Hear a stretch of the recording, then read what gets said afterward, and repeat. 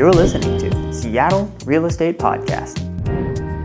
So this isn't one of those I told you so podcasts, but it was one of those topics that I've been kind of talking about for a long time, that it's going to take something really bad to happen, probably multiple times, for cities to basically go, oh yeah, the homeless encampments, we let those go because of the whole CDC thing, and now we're a little behind and we got to do something. What we have happen here in Seattle this weekend? Well, Memorial Day, Monday, we had a man killed at a homeless camp in Seattle's University District. Guy came up looking for money, wasn't the guy he meant to talk to, but he shot and killed him anyway.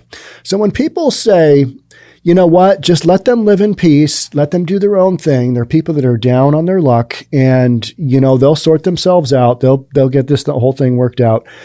That's what they're missing to the equation, is that homeless encampments filled with some people with a lot of mental health care issues, they're not of the right mind, and they tend to do stuff like this. And it's kind of like CHOP. How many people were we going to have killed, murdered, before that bad boy got shut down? And the answer on that one was 2. So now we've got one person murdered in a homeless encampment. Where's the next one going to be? We don't really know. And why do I cover this on a real estate podcast? Well, I mean, for one of the reasons, community and neighborhoods and cities, towns, burgs, that's what makes up real estate. And when you've got homes, I saw this topic, and I'm like, oh man, I used to appraise a home there. I did some serial appraising, which means there was a borrower who kept coming back because they wanted to see if their value was there. They're doing a refinance. I probably appraised the home, 4 or 5 times throughout my career. And the guy was always shocked that the value was so low.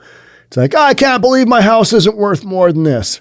Well, that's pretty much the highest value of any home in the community. What do you expect? I thought it would be worth more. All right, well, it's not. And, you can go get another appraisal if you want to. I don't want to spend the money.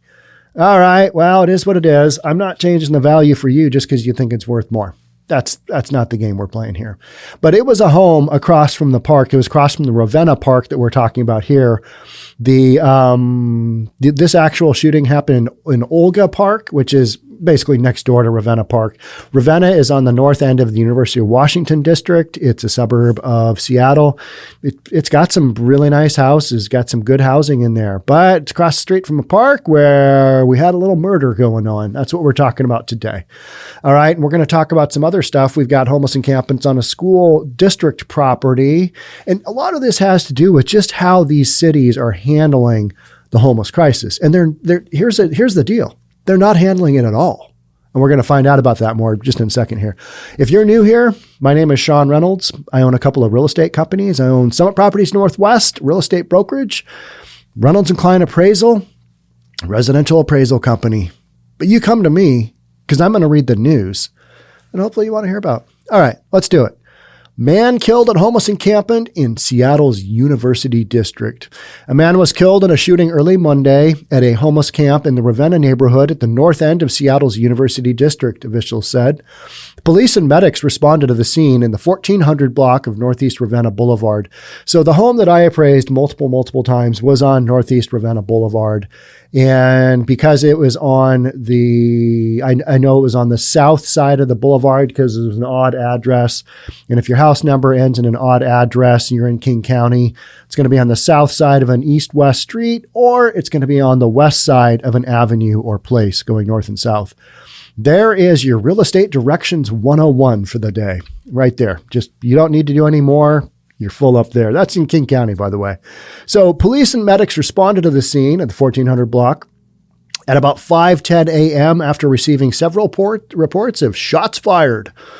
A 31-year-old man was found with multiple gunshot wounds to the chest. Medics attempted life-saving efforts, but were unsuccessful, and the man was pronounced dead at the scene, and said David Cuerpo of the Seattle Fire Department. According to witnesses, the victim left his tent to speak with the suspect right before the shots were heard. After shooting the victim, the suspect fled the scene, police said. Homicide detectives responded to the scene and are investigating. Anyone with information about the shooting or suspect is urged to call the Seattle Police Department's Violent Crimes Tip Line at 206-233-5000. Let's find out a little bit more about this, and we're going to talk about it and kind of work our way through. Hey, this is going on, but I got to get this video off of here. Neighbors called 911 just after 5 a.m. We know about that. The victim, we know about that, 31-year-old dude. The shooter fled on foot.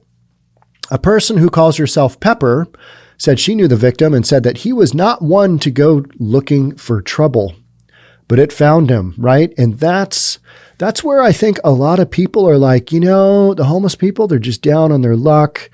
Just let them live peaceably on their own. They're not doing anybody any harm. That is where the major disconnect happens. Because if you look at the police statistics, at the fire department statistics coming out of these places, these encampments, and I know the city has basically had their hands tied because they were doing sweeps before the whole Rona thing, but then CDC said, don't move anybody in homeless encampments. And so then they just proliferated, right? They just sprung up like weeds, just boom, boom, boom. They're all over. Hey, they're not moving us out. We can make things more permanent. Like down in California, Venice Beach, just moving couches out to the beach, moving chairs, workout stations. They had it all before these sweeps started coming back. But now that, businesses are bringing people back and schools are going back, we got some sweeping going on and not everybody is happy. So someone came looking for somebody else, not even him, for money, apparently, Pepper said. I don't know what happened from there. All I know is it went from that to him getting shot. He's still a person regardless. Even though he's out here, doesn't mean he's a bad person. People get caught up in the wrong place at the wrong time. All right, so this is a gal living in the homeless encampment. She is giving her description. People living near the camp at Olga Park said they were not surprised the shooting occurred. Residents, neighbors, possibly the dude that I appraised his home many, many times. I think it was bound to happen, said one neighbor who asked not to be identified for safety reasons. He's lived in the neighborhood for 25 years and said the camp has been a problem since before the pandemic. People with mental problems walking around the neighborhood screaming. Attempted break-ins, he said. People urinating in the doorways, that kind of thing. He said the camp has taken a turn for the worse recently with a rougher crowd showing up and the city unwilling to do anything about it. That was one of my impressions in Miller Park in Seattle. That's the park that when they cleared out Cal Anderson Park during CHOP, and then after they cleared it out again, Miller Park is where a lot of the folks went to. And when I went through Miller Park here, a couple of months ago, it was a rough crowd. I mean, it felt like a lot of people were there kind of voluntarily, and they were running some just sketchy stuff out of there. That's what it felt like to me. I don't really have anything to base that on, but just my experience from being through a bunch of homeless encampments and around homeless people, it was like, this isn't good. I need to get out of here. And I actually literally called my girlfriend while I was walking around just so I could have, people would know, hey, guy's got a cell phone and he's not afraid to use it. He might be talking to Mickey Mouse. We're not really sure, but he's on the phone. So maybe don't go up and, assault him while he's walking around the park on the public sidewalks. So until the pandemic, the city used to come periodically and clean them out, but they stopped doing that. This is the neighbor, he said. We've been to hearings. We've written letters. Everybody's aware of it. The Parks Department is aware of it, and nothing happens. That's what's going on. Nothing. A whole lot of nothing. And I think a lot of it has to do with it's gotten out of control, and it's such a large scale now that city of Seattle, city of Portland, city of California, not city of California, that's not really a city. That's a state. Geography, I'm okay, but sometimes I'll say stuff that makes no sense like that. But what has happened is that the scale of these homeless encampments has gotten so large that short of sweeping these things out, there's not a lot else you can do. I mean, it's not going to happen. You're not going to go tent by tent and make this situation better. You take one tent out at a time, you're going to have two come right back, where that one was, right? So with a man now dead, the city may be forced to act. How it handles the situation will be watched closely by people living in the area who are growing increasingly frustrated and angry. How many podcasts have I done with locals and neighbors and homeowners and taxpayers who are upset? A lot. Because there's a lot of people who are living in communities with parks in their communities that they can't access anymore. They can't use anymore. You've got behavior like this. I mean, do you want to go play with little Johnny and Susie in a park that just had a murder in it? I'm going to probably go out, and say no. Say no, we don't want that. That's just not safe. It's literally not safe. So to make this argument that, it's okay, they're just down and out and they're all, they've had a bad run of luck. They're good people at heart. Well, yeah, but some of them are literally people with mental issues. And they're just going to run around and shoot people. We've got escalation in gun violence, don't we? And you got a person who's literally got mental issues, and they hear from other people, hey, defund the police happened. There aren't as many cops out there. Guess what they're going to do? They are not going to holster their gun, are they? No, they're just, my life's already pretty crappy. I don't make good decisions. And they're not even thinking on that level, right? They're probably not even thinking of what they're doing. Something just pissed them off. And they took out their gun and shot this guy because we have no indication. I've read as many stories on this as I could. And granted, it's a minor crime story and it doesn't look like there's a prior history with either one of these individuals. And it's just one of these random one-off where somebody's kid gets killed, gets murdered. That's what happens. And it's happening in a homeless encampment in a city park in Seattle. So I think they need to, this is the neighbor again. I think they need to stop talking about compassion and start talking about enforcement. The neighbor said, I think all the compassion is just virtue signaling as an excuse not to do anything. I think that's what it is too. It's like, we love our fellow human beings so much. We're just willing to let him shoot up in the park. We'll come bring him clean needles, whatever you need, we will bring to you. I think they need, they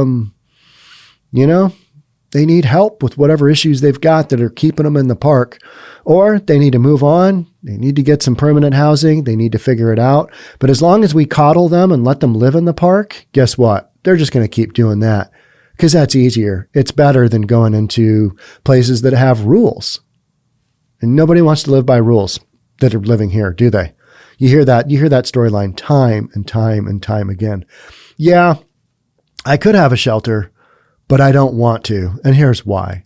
Can't take enough stuff with me. Okay. Well, there's confines to the space of where you're going to be living. So I understand you can only bring a bag or two of your stuff, but it's temporary living until you get squared away with some more permanent housing. And who knows when that'll be, because we've got a homeless crisis on our hands in so many of these cities. We just do. We've got a lot of people I think a lot of people are choosing this as a way of life too. It's a choice. It's a choice. And you'll read that. You'll read that pretty consistently. Obviously, there's a certain segment of this population as well who had no choice in the matter. They're out on the streets. They're doing what they can to get back on their feet. And for those people, there's a lot of services out there that will help them. I mean, taxpayers' money is paying for them. And there's a lot of other civilians just trying. There's people that other people are like, hey, don't help them. This is the city's responsibility. You're just making it worse. There are groups of civilians out there trying to help the homeless people and get them the services they need because they've got, major opioid addiction issues or you've got mental health issues. Choose one. Those are the two biggies, right? I mean, we see this time and time again. All right. So now we've got a guy that's been murdered in a homeless encampment. All right. That gives up that warning sign. That was the same thing with the first kid who got killed in CHOP. All right, we got one. And then after that second one happened in CHOP, it was drop the hammer time. Enough craziness had gone on where the mayor was like, all right, we got to clear this out. So what will the second incident be? That's what I am saying is there will be a second incident. And then after that second incident, you will hear me do a podcast on, all right, we're doing some pretty major sweeping. We are going on a sweeping spree. And I don't mean with a broom. Going to have to clear out some encampments. And I don't want to see anybody displaced from their housing either. But you also can't have people killing each other just willy-nilly in a homeless encampment, in a park, in a nice neighborhood. You can't have that. That's a no-go. That's a hard no-go in my book. All right. And speaking of homeless encampments in parks, we've got this ongoing thing where we've got a homeless encampment on school district property. And the school district, and this is in Seattle, and the school district has said, we're never having sweeps. We are not doing sweeps. That's the school district. And you've got little Johnny and Susie literally going to this Broadview K through 8 school, elementary school. Is that an element? That's elementary plus a little middle school up to, grades 6, 7, and 8 middle school. So you've literally got that going on, and you've got a homeless encampment, and you've just got some, there's been some weird stories of what's coming out of the homeless encampment as well. People with swords, there's been some sex out in the open, some drug dealing, guys that have overdosed being hauled away by paramedics, just a lot of stuff that you probably don't need your elementary school kid to have to deal with. You don't even really want to have to explain that to a child at that age, why we're doing that. You know what I mean? That just shouldn't be. Let them learn that little further down the road. That's where I'm at.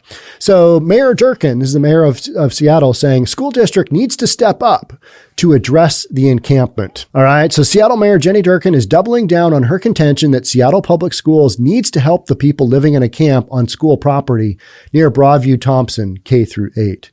So it's not on city property. It's on school district property. Big distinction. So now the school district, they're the ones that need to take care of it. But the guy who runs the school district is basically saying, hey, we don't really know what to do with. We need to be working with the city on this issue because we can't really handle this on our own. Fair enough. But if you're saying no sweeps and the city is offering to sweep, then you can't really blame the city and say, but we need your help. No, we don't need your help. We need your help. Oh, no, we don't need your help. You need to figure it out because you got kids going to school there, right? The mayor was responding to a question from Cairo 7 about whether it really makes sense to tell the school district it must provide services to unsheltered people. We've had a long, robust conversation with the school district. They're a $1 billion organization with funds and resources, the mayor replied. Shouldn't those be going to children, educating children, instead of to the homeless crisis in adjacent property on school district grounds? Isn't that more of a priority than there's funds for the homeless people as well, right?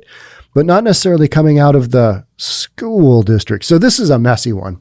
Durkan said city officials are helping the district come up with its own process for outreach similar to the city's. So we're recreating the wheel with taxpayers' money is what we're doing. That's amazing. Nah, just let the city go through and sweep it. Just clear it out. It's a school. Don't have homeless people living next to the school. But literally, people in Seattle are like, leave them be. They're fine. Until somebody gets shot, and then they're not fine. And I'd hate to have that be a kid. And I have talked how many times about, when something really bad happens, this will get squared away. Hopefully it won't involve a child that is in either kindergarten or all the way up through 8th grade, as in Broadview K through 8, right? The school district needs to step up. We're there to help and assist them, but they cannot shirk their obligations and duties for school property. It's imposed not just by law, but what parents and families expect, Durkan said. And yet the school district is saying, we won't do sweeps. We're not going to do sweeps. So there you have it. And the mayor is saying, this is your property. You got to do it. So what's the school district going to do? I don't know. They're going to have to figure it out. Last week, the interim superintendent, Dr. Brent Jones, wrote to Durkan asking for help. It's not realistic for the district to develop on its own a comprehensive program of supports for the unsheltered community, the letter read. When Cairo 7 visited the camp earlier this week, Anthony Piper, who is living there, said he received no official help. Do we live in the city? ? Piper asked or said when asked about the jurisdiction. So I think they know that they're on school grounds, and I think they know that they're kind of in between spots here, right? That's what they're doing. And they know they've probably got a certain amount more of, time left in this community because it's in flux. It's not school property. I mean, it's school property. It's not City of Seattle public property. So there's a gray area there because the school district is saying we won't sweep. I'm surprised there aren't more people living there. Do we live in the city? Piper said when asked about the jurisdiction. That's kind of a far-fetched thing for me, in my opinion. Just because we're in a certain place doesn't mean you should go there, he said. It doesn't mean you should go there, but also just because you're in a certain place, it doesn't mean you can camp there legally either. That's the big distinction here that I think we're missing out on. And I think a lot of people would say, you can't camp there because my kid is going to school there. So that's a no-go because everybody kind of knows what goes on at the homeless encampments. And if you're going to bury your head in the sand and say, they're just people down on their luck, you're just not being responsible because so many bad things come out of the homeless encampments. They just do. And there's a certain element of people that are choosing to live these lifestyles. And guess what? They want the freedom of living on their own, unsheltered, in the outdoors. That lifestyle suits them because they're a lot of times doing stuff that they shouldn't be doing, right? So tensions between the city and the district have been rising. Shocking. In March, 2 school board members posted on Facebook, "We demand sweeps never be used on school grounds, adjacent or elsewhere in this city." All right. So whoever said that, whoever posted that, that is going to come back to haunt them. It really will. Because I'm afraid, okay, so we got one person that's been killed in a homeless encampment. So there's one strike against the homeless encampments. Now, are we going to have something bad happen, this homeless encampment with the kids? Probably. I mean, doesn't that just make sense? I don't want to see it happen. Nobody does. No parent wants to see anything bad happen to their kids. But when you mix 2 elements like this, I mean, we already had somebody running through the school building, right? You've got stories of this. People running through school buildings. They're looking for stuff. They grab somebody's backpack. They throw it down. They're looking for stuff that they can. They're looking for stuff that they can sell, make some money, go buy some more drugs. That's the bottom line here. Alicia Nikis, a special education teacher and union representative at Broadview Thompson, said teachers are frustrated. We need the city to help us with this, and we need our superintendent and our school board to work with the mayor and not against the mayor, Nikis said. So it's interesting how these comments are couched because you don't really know where they stand. Okay, you need the city to help us. Does that mean you want them to sweep it out or just come up with policy? What do you want the city to do? Yeah, and the superintendent and the school board, you want them to work with the mayor. Does that mean it's okay for them to work with cleaning the encampment out? Is that what you want? And not work against the mayor? I don't know. It's hard to say. When you hear parents interviewed, parents are like, hell no, we don't want the homeless encampment here. We have sympathy for our fellow human beings who are, down on their luck. But the bottom line is that they don't want the homeless encampment there next to their kids in school. That's a no-go. So that's kind of where we're at. I feel like this shooting in the homeless encampment, that's going to trigger some things because anytime you got a murder involved, kind of just like at CHOP, all right, we got 1 murder. Oh, we got 2. All right. Well, we could live with 1, but we can't really live with 2. Let's go do something. Things are in the works. Things are in the works for these encampments. And down in California, man, they have been doing some cleaning up. In Portland, yeah, they're doing some cleaning up, but there's a long way to go. Same with Seattle here. You got a long way to go. And in the meantime, you've got stuff like this happening that just so detrimental to kids and so detrimental to parents, the communities that these things are located in. It's a tough scenario. You couldn't move them during the whole Rona thing, but we're getting past that now. And now the problem is just way, way bigger, and it's just wildly out of control. So what are you going to do? I don't know, but you got to do something. You got to stop this kind of behavior. You got to stop having murders in your city parks. That's a hard no-go. But I think until we have that next event, you're going to have this behavior continue because it's not going away. It's not going away. Crazy times, right? I mean, just murder in the park by homeless people living there that have been kind of given the green thumb by both the city and the school board. And it's just, what do we have going on here? We need this thing to turn around sooner than later. I don't think it's going to, though. I think it's going to be a while. And so as a result, I will carry this storyline for you right here on the Seattle Real Estate Podcast. All right, that's it for me on this one. I've got another one. I've got a broader topic on the next one. I can't remember exactly what it is, but I'm like, hey, that's not exactly Seattle. It's not exactly Portland. It's not Antifa. It's not whatever. Some good stuff. All right, let's get to that one. I will see you on that one. Until then, stay safe. I'll see you soon. Thanks for being here. Thanks for being part of the Seattle Real Estate Podcast. I'll catch you in the next one. Bye for now.